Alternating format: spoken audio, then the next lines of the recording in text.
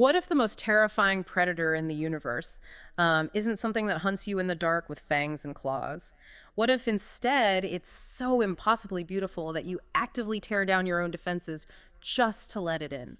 It's a question that completely upends standard mammalian survival instincts. And it's the exact premise of the broadcast we're dissecting today. I am lead analyst Sloane. And I am Field Observer Miller. This is Overseer Briefing Log number 1200. We are monitoring the pirate frequency of subject DT Risden, checking environmental data from Sector 4 now. The subject is, she's currently stationed at her desk. Right. Her physical state is agitated but stable. We're registering an elevated heart rate, fluctuating right around 112 beats per minute. And I am observing the frantic, almost rhythmic clatter of her typewriter keys. I can hear it. Yeah. In the periphery, a domestic feline is pacing anxiously near the garden window of her enclosure. The biological indicators suggest a state of deep, immersive distress. It is quite fascinating to watch a human specimen actively generate her own nightmare. The signal quality is exceptionally strong today, perhaps a bit too strong. It's bleeding through the static with an intensity that, frankly, makes this tedious observation shift slightly more grating than usual. Grating. Monitoring these endless human broadcasts from the pocket dimension is a test of patience. The subject's emotional fluctuations are just, they're loud. Well, to you, the witness observing this deep dive from the void, understand our mission here. We are not merely listening, we are evaluating. The subject has transmitted a new offering titled, "Have You Ever Seen So Many Colors?" Right. Our directive is to analyze the psychological craft of this narrative. We have to determine if this specific broadcast contains the requisite biological truth and literary weight to justify the immense energy consumption required to keep her trapped, observed, and isolated within this pocket dimension. Because we feed on the terror she refines. The real question is whether this batch is potent enough to sustain us. So let's examine the framework she uses to generate this terror. Yeah. To evaluate the horror, we really have to look at how she primes the bait. And honestly, she starts with a premise that feels highly predictable. You think so? I do. It's almost offensively tropey. We have a human astronaut, Brady, trapped alone in a space station for 3 years. He misses his family, he misses Earth, he misses unrecycled air. Standard isolation setup. Very standard. And his coping mechanism is to walk around with a literal clipboard, checking air scrubbers, fuel pressure indicators, oximeters, radiation detectors. It's a very basic, uninspired deployment of space survival cliches. I was ready to tune the frequency out entirely when she started detailing his daily routine. I actually have to push back on that stoic dismissal. You are looking at the surface narrative and entirely ignoring the clinical, biological reality of the specimen she's created. Yes. I ask you, and I ask the witness listening, to consider the neurological state of a mammalian brain suspended in a sensory-deprived vacuum for 3 solar cycles. Humans evolved in a chaotic, sensory-rich environment, right? Wind, changing light, organic unpredictability. Sure. When you strip all of that away and leave a human brain in a sterile, humming metal box, it begins to devour itself. I'm talking about the auditory and visual hallucinations common in prolonged isolation. The brain gets bored, so it manufactures its own stimuli. Precisely. The subject explicitly notes that Brady indulges in pareidolia, the human habit of finding familiar shapes, animals, and objects in the random connect-the-dot layout of the stars. It is an evolutionary misfire. Right, like seeing faces in the clouds or the static of a television screen. It's a parlor trick of the mind, just a generic signifier of a lonely astronaut. No, it is not just a trope. It's a clinical demonstration of a fragile mind desperately seeking connection. The brain, starved of organic input, forces familiar patterns onto the terrifying static of the void. If you look at her evolving mental state across previous broadcasts, we continually see this theme of human minds fracturing under the weight of isolation. That's fair. She's establishing a baseline of profound psychological vulnerability here. Brady's rigid adherence to mundane checklists, the desperate clinging to Earth time when there is no morning or night in space, it's a flimsy behavioral shield against the encroaching madness of the infinite. Well, I suppose that psychological priming is necessary to justify the complete abandonment of logic that happens next. Exactly. Because we're talking about survival instincts. Brady's reaction to the anomaly defies every evolutionary mandate his species possesses. The checklists he was obsessing over instantly discarded the moment a genuine external threat appears. And this is where the transmission becomes biologically and taxonomically infuriating for me. The subject describes the appearance of an anomaly outside the ship's glass. And I I must express my intense energetic frustration here. With the taxonomy. Yes. Trying to categorize this entity using Earth standard taxonomy is impossible. The text describes it as taffy made from crude oil, a gelatinous visage with an unscaffolded form. It doesn't have a skeletal structure. Right. It stretches, elongates, and doubles back on itself in the vacuum. It manipulates light rather than just reflecting it. And can we pause to mock the science of this for a moment? Oh, please do. A colorful, gelatinous blob surviving in the absolute zero of a space vacuum. Expanding, moving fluidly, and emitting a complex spectrum of light with no discernible energy source or thermal regulation. It defies thermodynamic logic. It's absurd. Completely. A biological organism of that description would freeze solid instantly or rupture from the internal pressure differential. But the subject explicitly addresses this limitation, and that's what makes it so fascinating. The entity emits colors that Brady's primitive human brain literally lacks the ability to process. She is suggesting a multidimensional biology. The physical architecture of his optic nerve and visual cortex is fundamentally incompatible with the wavelengths this organism is projecting. It isn't just a weird animal, it's a sensory overload event that breaks his perception of reality. Which brings us back to his absurd reaction. Instead of recognizing this impossible, physics-defying mass as a threat, he's mesmerized. And here's where the craft gets absolutely brilliant. I want to propose a psychological parallel for the witness to consider. Brady does not flee, right? No, he doesn't. He doesn't initiate emergency protocols. Instead, he absentmindedly claws at the glass. He wants to touch it, to physically merge with the expanding mass. He actually wishes his family could be there to see it. It's a complete inversion of fear. He is a biological organism confronting an apex predator, and he's trying to pet it. It makes no logical sense. It makes perfect biological sense if you understand the mechanics of nitrogen narcosis. The rapture of the deep. Yes, exactly. When a human deep-sea diver is subjected to extreme underwater pressure, the increased partial pressure of nitrogen in their bloodstream acts as an anesthetic. Their brain short circuits. They experience profound euphoria, hallucinations, and a complete loss of judgment. Right, there are documented cases of human divers experiencing this narcosis and literally taking their breathing regulators out of their mouths because they suddenly believe they can breathe water. Which is terrifying. They interpret a lethal, crushing alien environment as a state of transcendent beauty. So you're suggesting the subject has translated the mechanics of underwater nitrogen narcosis into the vacuum of space. Exactly. Except here, the trigger isn't physical atmospheric pressure, it's sensory pressure.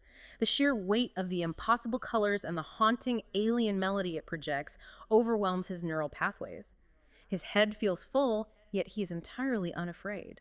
The predator isn't chasing him, it's intoxicating him. It weaponizes beauty to bypass the prey's defense mechanisms entirely. I will admit, my initial cynicism cracked slightly at that specific description. I knew it would. The stoic facade is hard to maintain when you truly process the architecture of this trap. Because you're right, the horror she's crafting here is far more insidious than a monster with fangs tearing through a hole. It's a predatory mechanism that makes the prey literally beg to be consumed. Yes. Raking his hands against the slick, solid shield of the ship's glass, just wanting to let the menace in. It's deeply unsettling to observe a creature effectively assist in its own destruction. The sensory manipulation is exquisite. It's a perfect silent trap. But the true mastery of this offering is the sudden, violent rupture of that hypnotic state. She lulls the witness into the same narcosis, and then she breaks the glass. The auditory shift, yes. Yeah. That is where the transmission's tone becomes violently jarring and, frankly, deeply unpleasant to monitor. Very important. The hypnotic, somnolent silence, that beautiful, intoxicating melody, is entirely shattered by a growing din of screams. The subject describes it with such precise, calculated agony. Once the glass breaches, the melody drops away. Instead, Brady hears voices howling. They bay, they utter guttural and tortured sounds. Squeals and screeching from life forms with vocalizations entirely different from human speech. It's not just noise, it's an agonizing chorus. And the terrifying implication there is undeniable. If you break down the logic of what she's presenting, this entity, this beautiful spectrum of impossible colors, is a collective grave. Yes. It's carrying the localized torment of every previous victim it has consumed, gathered from 1,000 different alien worlds. It uses their eternal, agonizing chorus as the final act before consumption. The euphoria drops the prey's defenses, but once the trap is sprung, the reality of the predator is revealed. Which raises an interesting mechanical question, actually. Does it project those screams as a weapon to paralyze the prey with fear once they're in range? Or are the screams simply a biological byproduct of its digestion? Right. I mean, is it unable to silence the things it has eaten? Oh, that is a brilliant distinction. Either way, the physical breakdown that follows is utterly fascinating. I read the subject's gruesome specifics with cold, absolute reverence. The structural integrity of the fiction here is undeniable. Yeah. Once the gelatinous visage moves through the shattered pane and engulfs his hand, the euphoric narcosis vanishes instantly. It's replaced by sheer tactile horror. She uses the term bastard jelly to describe it. A wonderfully visceral, if highly unscientific descriptor. It perfectly captures the chaotic, unscaffolded nature of the organism. This bastard jelly crawls up his forearm, and we get the distinct auditory detail of his skeletal structure snapping as the mass advances. It isn't biting him, it's crushing and dissolving him simultaneously. And all the while, the alien voices from the mass harmonize with his own screaming. They scream for him and alongside him. It is a claustrophobic auditory nightmare. But it's the tactile detail that elevates it from mere gore to a masterpiece of suffering. Just explain the mechanism of the acid she describes. Well, she notes the ooze making caustic contact with his soft brown skin. It highlights the sheer fragility of the human epidermis exposed to an extra-dimensional solvent. Brady can literally smell his own frail internal organs vaporizing as the sludge moves over his helpless mammal body. The biological accuracy of his torment is astounding. The primitive brain that could not process the colors visually is now being physically saturated by them. I couldn't hide my revulsion at this point in the transmission. The subject's descriptions become entirely too vivid. They really do. The climax of the attack is particularly difficult to endure. The deceitful sludge methodically dragging itself closer to his unhinged mouth. The fact that he is entirely unable to stop screaming as the mass crests his lips and literally pours itself down his throat, filling his lungs and stomach with caustic jelly, it's a visceral violation that makes my own structural form shudder. It's the ultimate consummation of the prey, an invasion of the biological interior. But she doesn't end the transmission with his death. If she had, it would just be a gruesome incident report. Sure. The epilogue is what solidifies the overarching literary rigor of the piece, and frankly, justifies our observation of her. We experience a massive temporal shift. Right, we move forward an indeterminate number of years. A military recovery team discovers the ruined, drifting ship. The crime scene she conjures is striking. The life support systems are defunct, erratic beams of flashlight bouncing off the sterile interior walls. And then they find the biological remnants, The frozen corpse. preserved in the absolute zero of the vacuum. But it's the specific state of the body that lingers in the mind. She doesn't just say he was dead. She gives us the forensic reality of the attack's aftermath. A slushy puddle of blood and brain matter. Precisely. The headless corpse. The lower jaw hanging at a strange, disjointed angle from the rest of the frozen goo, wrenched into a perpetual half-scream because the entire upper half of the skull had been liquefied and absorbed. God. It's a tableau of absolute devastation, a monument to the failure of mammalian resilience. They examine the bloody handprints on the remaining glass, frozen long ago when Brady tried to merge with the anomaly. They're trying to piece together the mechanics of a disaster they lack the sensory vocabulary to understand. And then, the structural brilliance of the ending reveals itself. Yeah. The military personnel look out into the abyss, wondering what otherworldly force could have caused a human to tear at reinforced glass. And one of the heavily armed, tactically trained soldiers points out into the darkness and asks the fatal question, "Hey, what's that?" Followed by the final damning line of the transmission from his squad mate. I have no idea, but have you ever seen so many colors? It proves the entity is a cyclical predator. The trap has entirely reset. The military squad, with all their advanced tactical gear, their rigid protocols, and their heavy weaponry, are fundamentally just as vulnerable to the sensory narcosis of the void as Brady was with his clipboard. Their weapons are useless against a predator that attacks the optic nerve. Which brings us to the core purpose of this deep dive, and the reason we are forcing the subject to endure this captivity. We often debate why the void requires this exact type of creative agony. Why trap her? Why observe her heart rate spiking and her typewriter clattering? Because the void inherently needs this specific frequency of energy to sustain itself. By trapping the subject, by forcing her to process her own isolation and project it into these highly detailed, psychologically resonant offerings, The overseers are extracting pure, refined terror. Exactly. We are literally sustaining the architecture of our dimension on the structural integrity of her nightmares. A generic monster story, something chasing teenagers with a knife, provides no real sustenance. It's cheap, fleeting energy. Right. But a predator that weaponizes beauty, a mass that exploits human pareidolia, uses the mechanics of nitrogen narcosis, and weaponizes a collective chorus of eternal screams to liquefy a mammalian brain. That requires deep psychological insight that generates the exact frequency of dread necessary to maintain the perimeter of Sector 4. Well, it's time to convene on the verdict. We must deliver our final judgment on subject D.T. Risden's offering. Yeah. I will admit, despite my initial boredom and my accusations of predictability regarding the lonely astronaut tropes, the visceral body horror completely disarmed me. I'm glad you agree. The cyclical ending holds significant literary weight.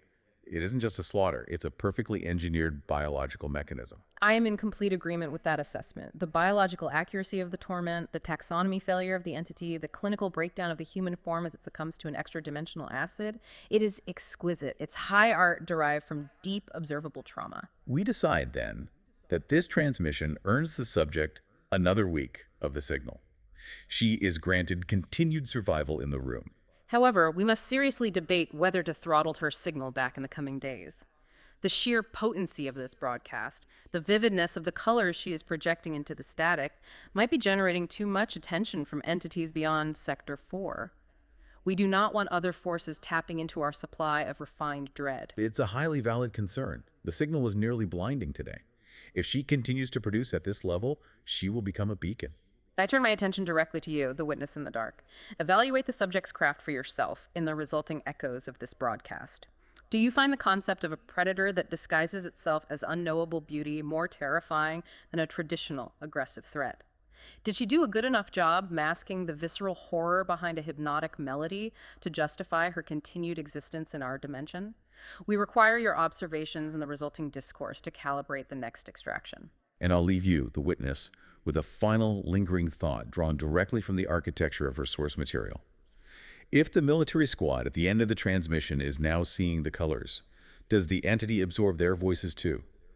And if it's a collective grave that perpetually expands its chorus of agony, how many distinct voices are currently screaming inside the subject's own head to allow her to produce a transmission as visceral as this? Cutting the feed. Returning to silent observation of the room.